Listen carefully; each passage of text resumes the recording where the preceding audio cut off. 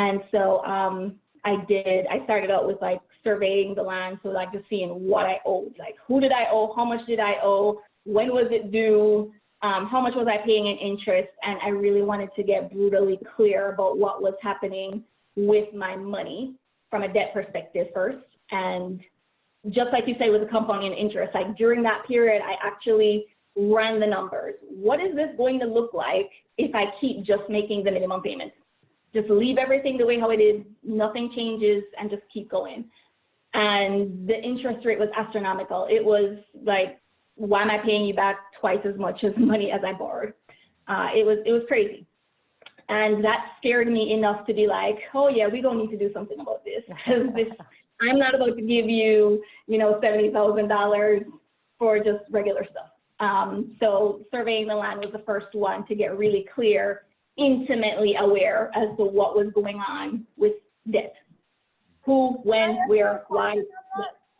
Can I ask you a question? So had you looked at how much interest was being charged on each bill before? And if so, like, so you just didn't even look? Nope. Unaware. So when you did start surveying the land and seeing the interest that was being charged, like, how did you feel?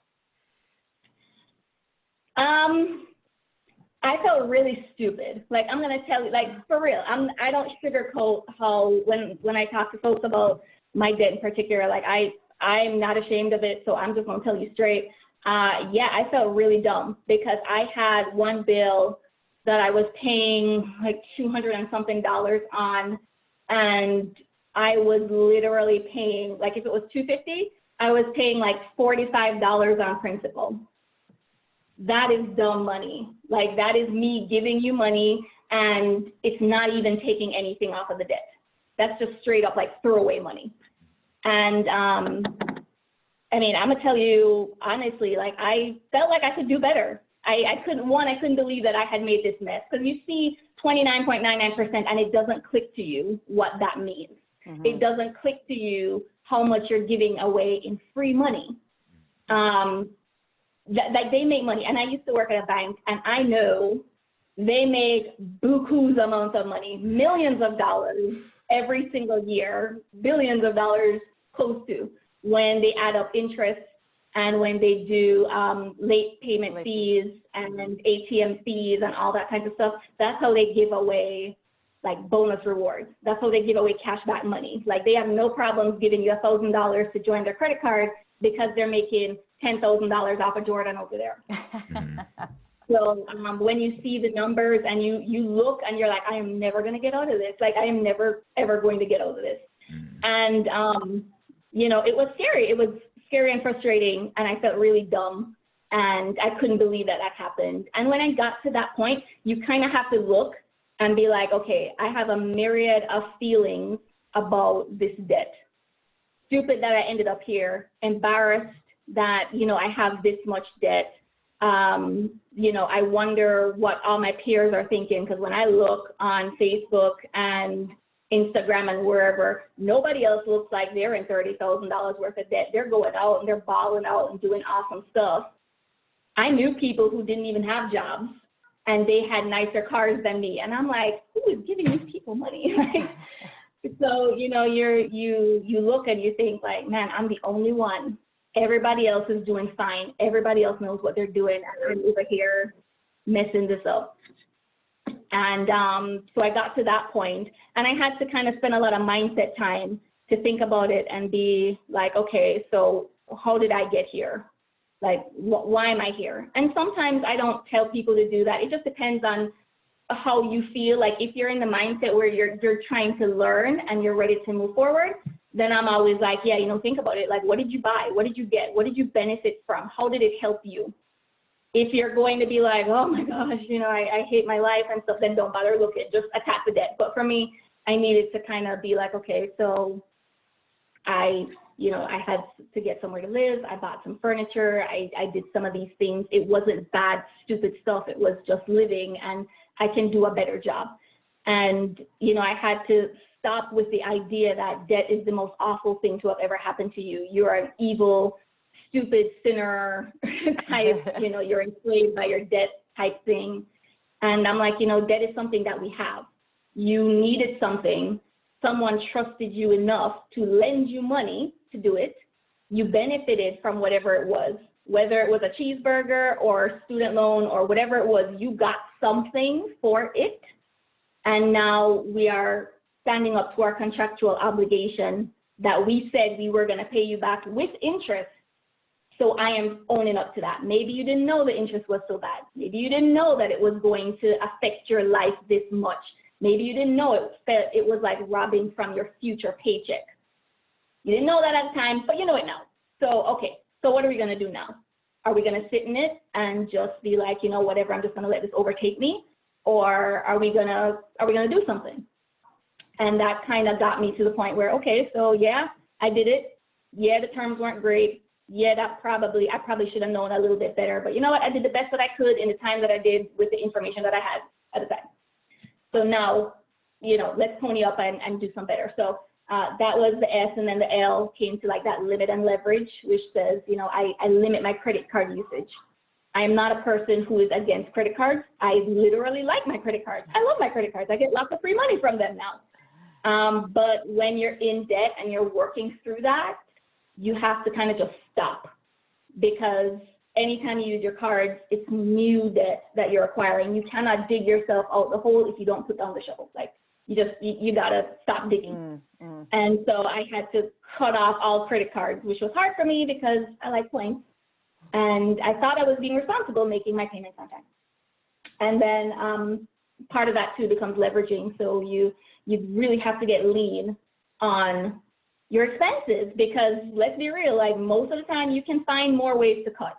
I had a cell phone bill at the time that I had gotten that cell phone like 5 years before, and I never really thought about it.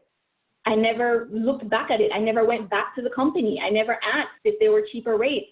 And it turns out that I was able to cut my bill by like 40% when I went back, because they had a better deal. And, it was unlimited. Back then I was like watching my minutes. And, they had unlimited plans that was for cheaper than how much I was paying for years. And they never told me, because guess what? Your phone company is not going to call you and say, hey, we have a cheaper plan. They're not going to do that. So it's little stuff like that. And I am not learning. That also takes some work on, on your part to like recognize that well, that there might be a better deal, and then actually going out and doing the homework to see if there is, and then doing the legwork to actually change the program, right? So it's not like you get it for free. You have to put some work in, but the long-term ramifications obviously like are awesome and can really get you ahead. And that's where it's worth that effort. So just wanted to say kudos on doing the work. I mean, seriously, it's not something where you're just going to find money and it's like, oh, great, I found $20 in my pocket. Like, that's awesome. But that doesn't really happen a whole lot. And for me, I pretty much just decided, okay, we're going to tackle each one of these at a time, because I'm not going to sit down and call 5 companies today. I'm not going to do that. So I tackled one thing at a time. So I said, okay, well, we're going to talk to insurance people today. And when I was in the mood, 2 days later, I was like, okay, well, now we're going to look at the phone, and now we're going to look at cable, and now we're going to look at this. And I just pared it down. And I also don't transcribe to the idea of you should agonize over $1.50 Coke, because $1.50, yes, $1.50 every day over the course of a year is $200, whatever number it is, that's fine. But at the same time, I would much rather cut $1,000 off my homeowner's insurance and, get a much bigger impact for the same amount of work. Because I have 2 small children. I have a 4-year-old and a 7-year-old. My brain is filled with dentist appointments, doctor's appointments, wellness visits, teacher visits, like all these kinds of junky stuff. And I don't have time in my brain to go argue with myself over a $2 Coke. Yeah, and so I think that it's good to have rules of thumb, because your brain only has so much decision-making power every day. So like make just rules of thumb that's easy. Like if it's, under $2 or under $5 or whatever it is, depending on your income, like, okay, I'm not even going to think about that. Yes, I can have something that's under $500, but the big stuff, like take the time to actually do the research and make a hard decision on, you know, things like insurance and cell bill, like those subscription things, and like looking at the subscriptions you have, do you really need them or not? Yeah, I think that's a really good point. Or at least start from the top. Like I'm starting at the big stuff and then work my way down, and maybe later I'll care a little bit more. And it's like, $2. So what do you think is the biggest like bill that someone should tackle, that you tackled actually? What was the biggest bill that you tackled to see if you could pare it down? The biggest ones that I had were insurance. Save $100 a month off with that. My medical insurance, I came down from a PPO and went to a HSA, which if you work the numbers, it can work out to be really good. Not saying that you should go jump into stuff, but obviously work the numbers for yourself. For me, that worked out great, saved me another $100. My cable saved me $120. I ditched that and went to Netflix and regular antenna. There's a lot of good information. There's a lot of good shows on regular TV. I actually like PBS. Just say it. So those were some really good just ones. On that note, investing in really good rabbit ears is a really good investment. They're like $30 and you get great just over the air. Yeah, I think that's so funny. I have like 50 channels and I only watched like 5 of them anyway, and I had cable anyway. So, and with my Roku now I can watch like HGTV. So like, you know, anyway, sidebar. But you know, you don't have to pay the $120 for cable like we were paying before, which that was a waste. And some subscriptions that we had, like some little kid things that we were doing, like, you know, we had swim classes and stuff like that, you know, we just joined our local Y. And so we get all of that stuff for one bill and we get way more stuff. So we did that.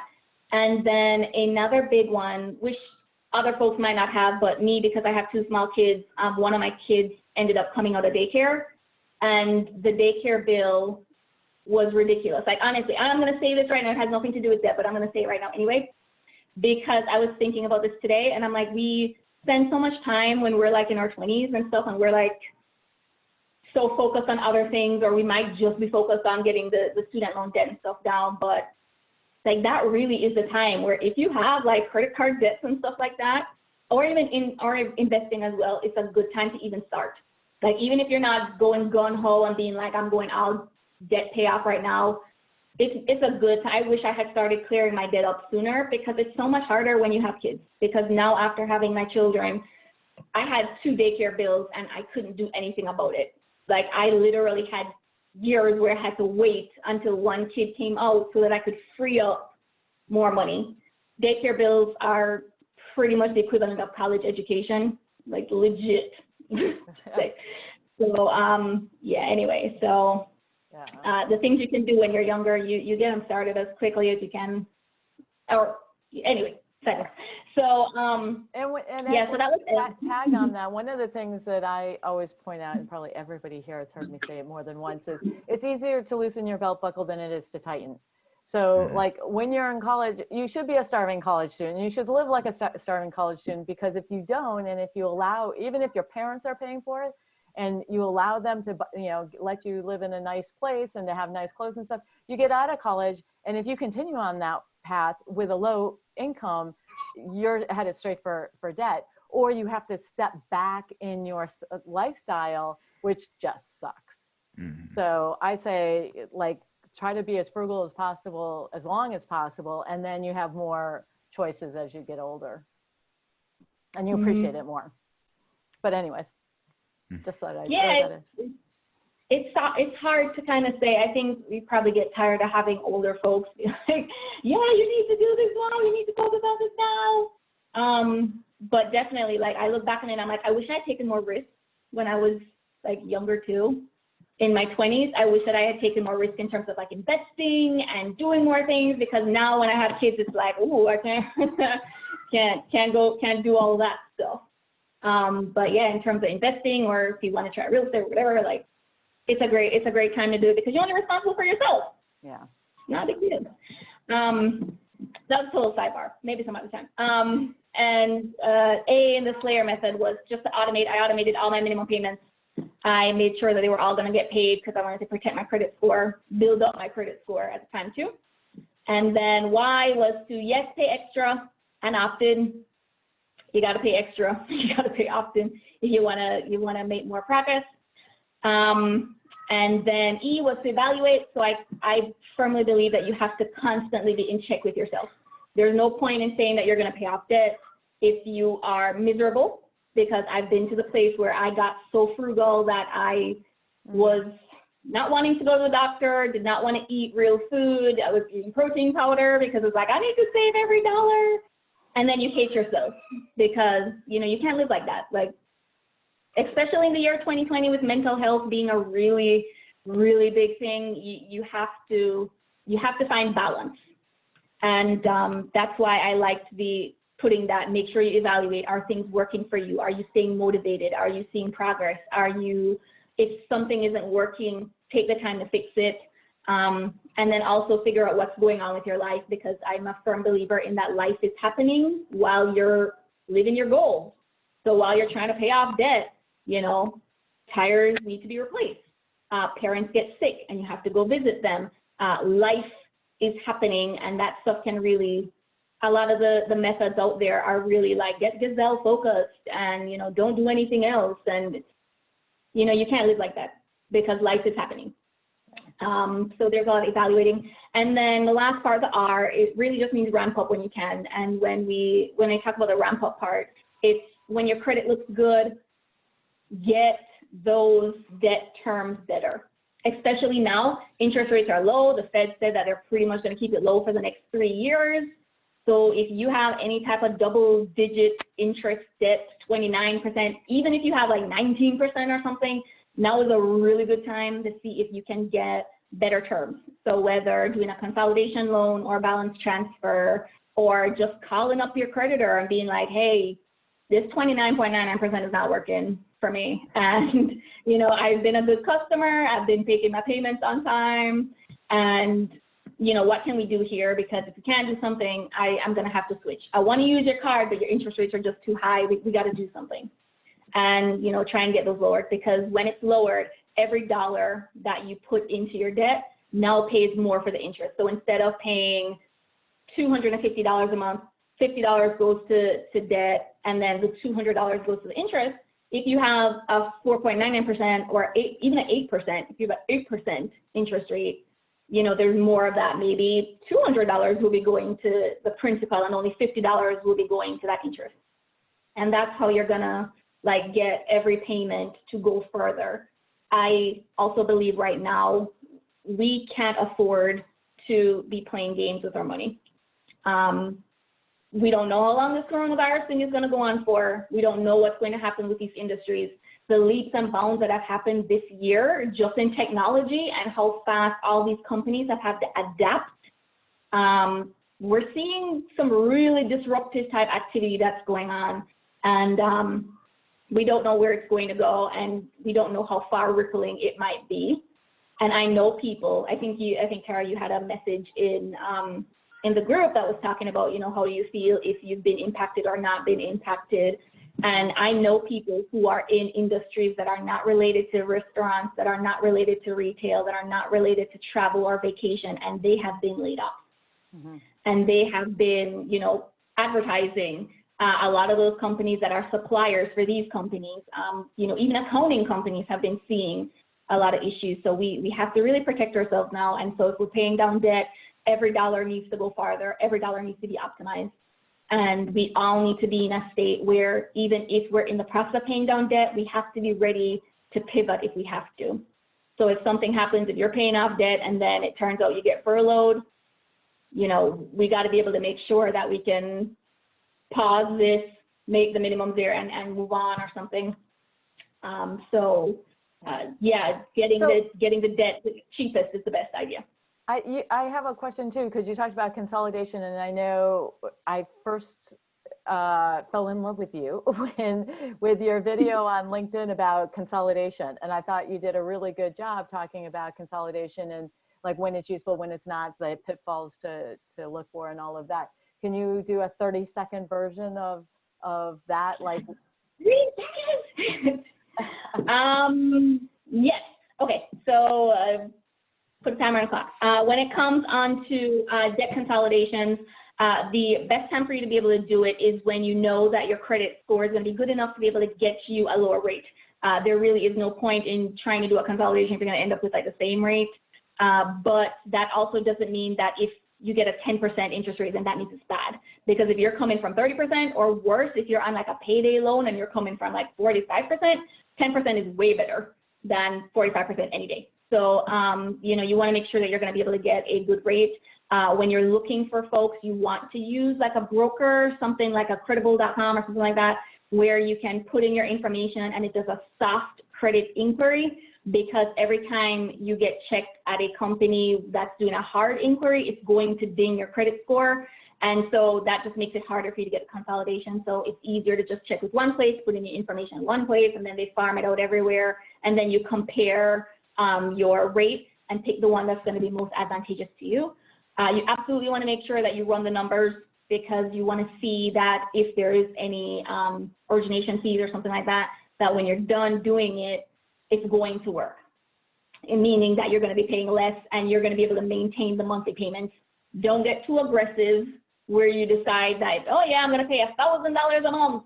Yeah, if you know you can't hold it, don't even do it. You're just going to make yourself miserable.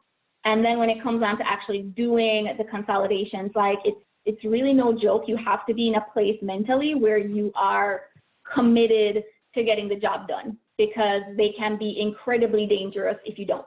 If you do a consolidation and then you're kind of feeling like, hey, you know, I have these free credit cards now and now I can use them, and nobody thinks, oh great, I can go run up the new credit card. What happens is that you go to the grocery store and you're like, oh, I'm just going to use the card now. And then you go and buy a pair of shoes because you need new shoes for work. And then I do it one time again. And, you know, it's slow and you can end up back in trouble. So you absolutely want to be committed to say, hey, I'm not touching these cards. I'm not using it. I'm not doing anything with my credit cards until I am done and I'm fresh again. There's lots of options that you can use. We kind of talked a little bit about balance transfers compared to consolidation loans. Loans always look better because, you know, they're for a specific term, the rates are not variable, and those just usually seem to work out better. But you could also take really good advantage of a balance transfer, and there are other things you want to look at with balance transfers, making sure that you're within the time frame of the promotional period. If they give you 12 months, you want to pay it off in 12 months if you can. If you can't, then you want to make sure that the interest rate is going to be low enough where you can actually work with that. And then you want to look for like transfer fees and stuff. Don't let them like stick fees under the covers for you. You want to make sure that you're going in with your eyes wide open. But the biggest part, as Tara said, is just making sure that you're aware of what you're doing. Like, it's not about like a debt consolidation or a transfer is a tool to help you to pay off your debt. So if you're not, like, it's not going to fix everything. Like, consolidating actually doesn't do anything for your debt except move it somewhere and get better terms. You have to do the work. If you're not in it to do the work, and seriously, be honest with yourself. I will tell you, I am honest with myself, and I know if I have money in my pocket, I'm going to spend it. So I try not to have money in my pocket. So if I am going to the grocery store and I plan to spend $200 and I spend $150, I transfer the $50 into my investment account or into my savings account. I move it away from me because I will spend it. I am honest with myself about that. So you have to be, you know, honest with yourself too. If you know that using your cards is if you know you're gonna be tempted, like, don't even try and like pretend it's gonna be fine. It's not gonna be fine. You know, you have to kind of protect yourself from yourself. And, you know, that's pretty much the biggest part, just being true and honest with yourself and how you operate and doing things that are going to, you know, work for you. And if life happens, you know, if you make a mess up and it's like, shoot, I ended up using a little bit more on it than I had planned to, then, you know, you dust yourself off and you move on. Because while I have paid off my $30,000 worth of debt in a year, I'll be the first to tell you that I wasn't aiming to pay it off in a year. I honestly was just like, it's going to take me forever, and this is really bad, and I'm just going to do what I'm doing every day. Like, that was the plan. Today, I'm going to do the best that I can do today.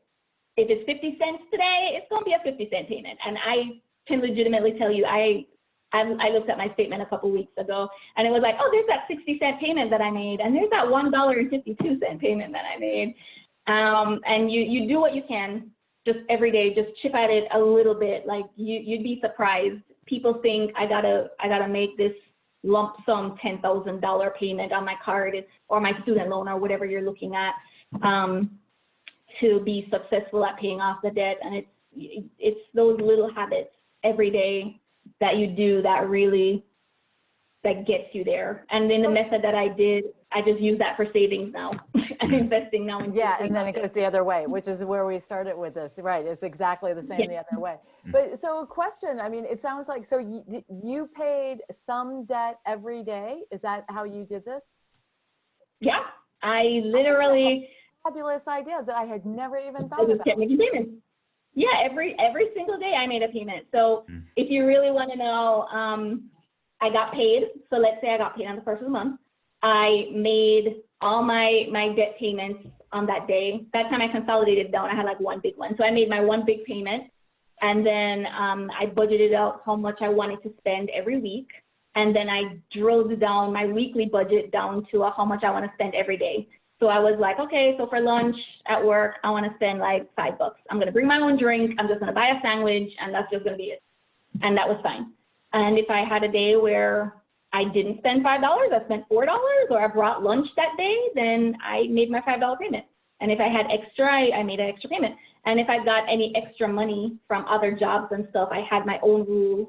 So I said if it was $100, I was going to throw it to debt. If it was like under $50, I was just going to spend it or do whatever I felt like doing. And I think I said if it was like over $100, I would put 20% in like an investment account or something, because I really needed to save. I needed to be a saver while I was paying down the debt, because if I was just paying down debt, I just felt like a person who was just paying down debt. I felt like I was paying penance for my mistakes. But when I was saving or investing, even investing like $1 or $10 in a month made me feel like I was doing something good, like I was building something, right, not just doing penance. Yeah. And I'm also an advocate of, your money can multitask. You ain't gonna put all it doesn't have to be only pay off debt. And sometimes I put it in the savings account and be like, I'm going to save it. And then if at the end of the month I was like, yeah, I don't feel like saving it again, I think I'm going to put it on my debt instead. I can still put it on my debt. So we got to stop thinking in this one lane. You can save, and if you change your mind or something happens, you can use that money to invest, or you can use it for an emergency, or, whatever life is throwing at you. Flexibility is my word of 2020. Did you have an emergency or I like to call them contingency funds? It's sort of that buffer when things don't go exactly the way that you thought it would. It's not always an emergency. So did you have like buffer money, or was that something that you were building at the same time as paying down your debt, or how did that fit in?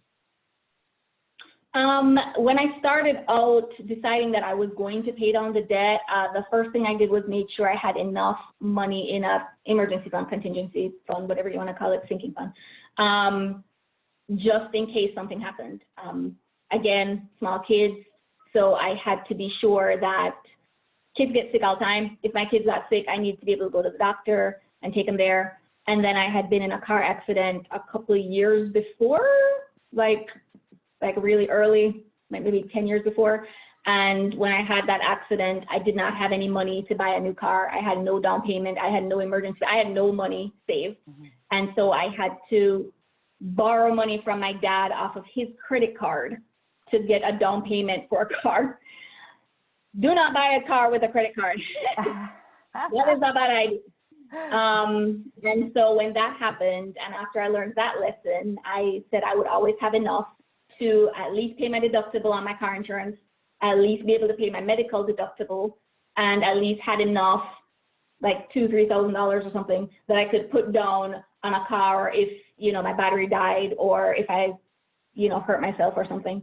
So I had an amount that I was comfortable with. It wasn't even a month of my, living expenses. It was just a number that I felt would help me sleep at night. And for different people, that's different stuff. Yeah. But I also included in there that I made sure that how I was working my credit cards was that if something did happen, a true emergency, you know, the kind of emergency where I'm lying on the street and I'm going to bleed to death and I don't care which hospital you send me to, just get me like, okay, type of emergency. Then I made sure that at least one of my credit cards, my big girl credit card, that's that credit union credit card with, you know, a fixed interest rate, 8.9% with a really decent, you know, limit, was available. So again, obviously you don't want to go into debt in an emergency, but I did use that to help me while I was paying off the debt in case I needed it, because some people say you got to have 8 months saved up first before you start paying off debt. Yeah. That would have taken me years. That would have taken me years to save 8 months, and it was not going to happen. Like I said, my way of how I talk with people is very much like, let's use the shortcuts where we find them. Let's understand the system so we can work the system so that we can win.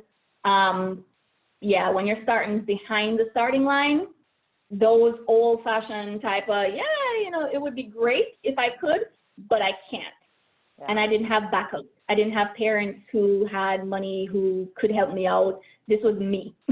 Yeah. And when I got married, it was me and my husband. And if you don't have the money, you don't have the money. So you better go get some credit somewhere. Did you have student loan? I did. And I do. I still have a little bit of student loan left over, mostly because the interest rate is pretty low and I rather just invest it than, you know, to pay those off. They don't bother me. It's like $10 of interest a month or something. So. Yeah. Interesting. Well, that was great information, and you know, kudos to you for doing it. And in 1 year, that's what's sort of crazy to me, is that you knocked it out in a year. And I really loved the concept of doing a little bit every day, doing whatever you can every day, like not having that extra $5 and think, oh, I can go spend it. It's like, oh, I could like relieve my debt today by $5, and that, you know, because I think a lot of people think that that's small chicken and so, or whatever, small change. And like, who cares? That's not really going to change the needle, but every day it does change the needle in a big, big way. So that's really fabulous input. And I hope inspirational to a lot of people, that keeping at it and being consistent, and every day is important, and every day you can get a step closer. I love that. Even 60 cents. I thought it was super inspirational. I just wanted to say thank you. And a big thing for me is that I have a lot of student loan debt. The longer I put off like looking at it, I know when I'm doing really good and I check in on it every single day, and I check in on my bank account and my checking account every single day, I feel like I'm in more control and I don't feel as like scared of it. But I still do go through those periods where all of a sudden it's been like a month or two since I've looked, and not at my checking account, but at my student loans. And it gets really scary, and it's hard to get out of that like scary mindset of like, oh my God, wait, this is actually a lot of money. And I don't want to look at it today, and I don't want to look at it tomorrow. And so I think, yeah, just staying on top of it and doing something little every single day truly is so powerful and helps you just feel so in control. So thank you. And it takes, you need to be brave, right? I mean, that's really the bottom line of what both of you just said, is being brave and knowing that even though it's scary, it doesn't mean that you can't do it. You know, you're brave enough to face it and to take that one step, however little it is, to make progress going forward. I think that's really great. And it's so empowering to hear that from both of you. So thank you for sharing. Yeah. And I think we're at the end of our hour. So that went super quick. Does anybody else have anything to say, or questions or comments or things to contribute?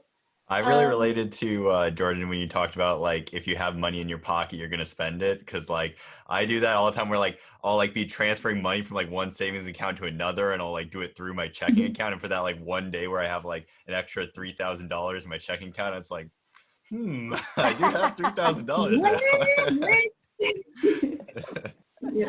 Hurry, get it over. Yeah. Yeah. I jotted down a couple notes. I think one thing that you said that right when you said it, I was like, whoa, that's awesome, was that you can't dig yourself out of a hole without putting down the shovel. Yeah. And I was just like, oh my God, I'm going to steal that. Yeah. I wrote that down And too. yeah, I love that. and I think it gets, the other note that I took was getting rid of your credit cards and don't even use them. You know, obviously have access to them for those emergencies like you laid out, but don't even like just use your debit card, use cash until, you know, you have to like kind of re-earn that ability to use credit cards. And I really like that because I think that that's something that um, like we can utilize more with some of our clients, and having those conversations and just being like, you know what, like, no, like, let's go a period of time without using credit cards at all. Yeah. And so thank you for sharing that, because, you know, we can take some of the things that you said and also help our clients with it. So, you know, it's powerful. And one thing that a client did that I thought was really clever was get like a Visa debit card, which is really, it looks like a credit card, it acts like a credit card, and they loaded it with money for like subscription. So like, you know, they chose to have Netflix and they chose to have whatever, and they put it on that, which isn't going to add to your credit card and increase your interest. Because when you have, and I don't think a lot of people realize this, when you have a balance on your credit card, the moment you use it again, that new purchase gets charged interest from the moment it hits your credit card.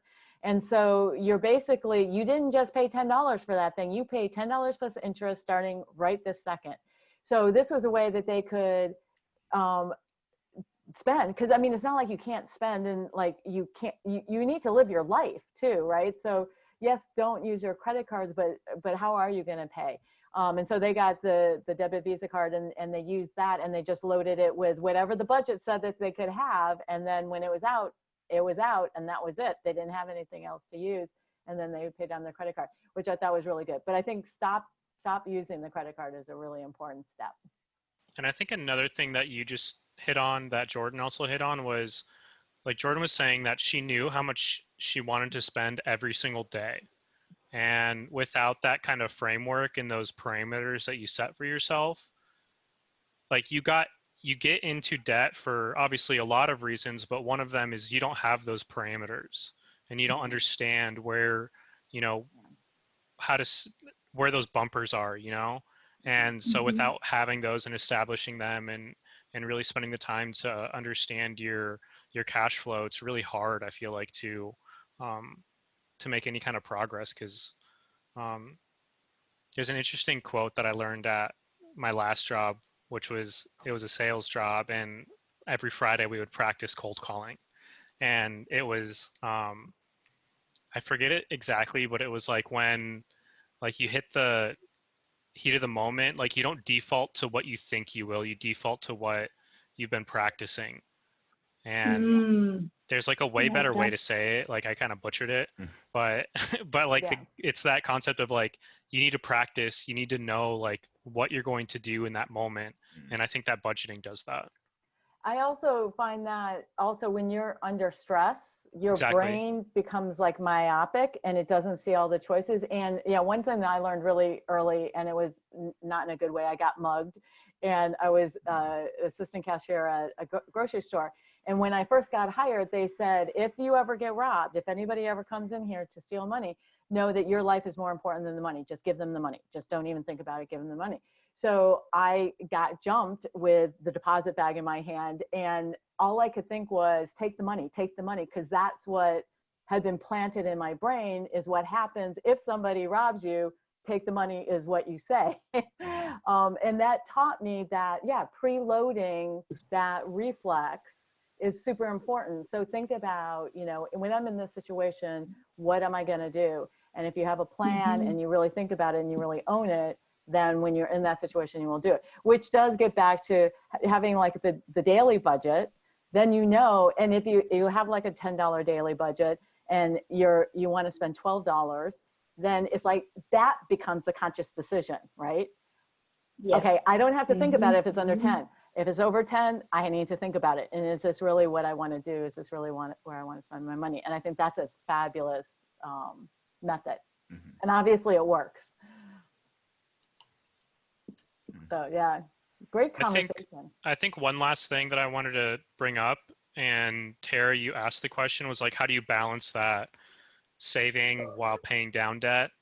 Because that's something that I struggle with in conversations with clients. It's like there are, the mathematically right, there's always a mathematically right answer. Mhm. And then there's the right answer for the individual, and, trying to walk them through that. You don't necessarily need 3 to 6 months of savings in your, emergency contingency, uh, any of those, in that type of fund. But you need something, and it needs to allow you, like Jordan said, to rest easy at night.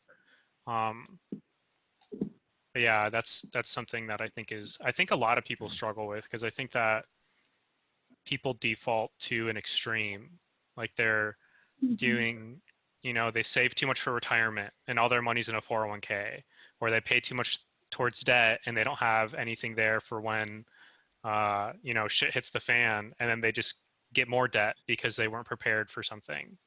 Um, Or they or, feel guilty for living life. And I think that was an excellent point that you made, is that you shouldn't feel guilty for living life. Like, you do need to live life. But if your life is more than you make, spending more than you make, then you need to redefine what your life is. But you shouldn't be not living life because you think you should be doing all these things that people tell you should, like having, the 6 month emergency fund and that kind of thing. So yeah, understanding that is important.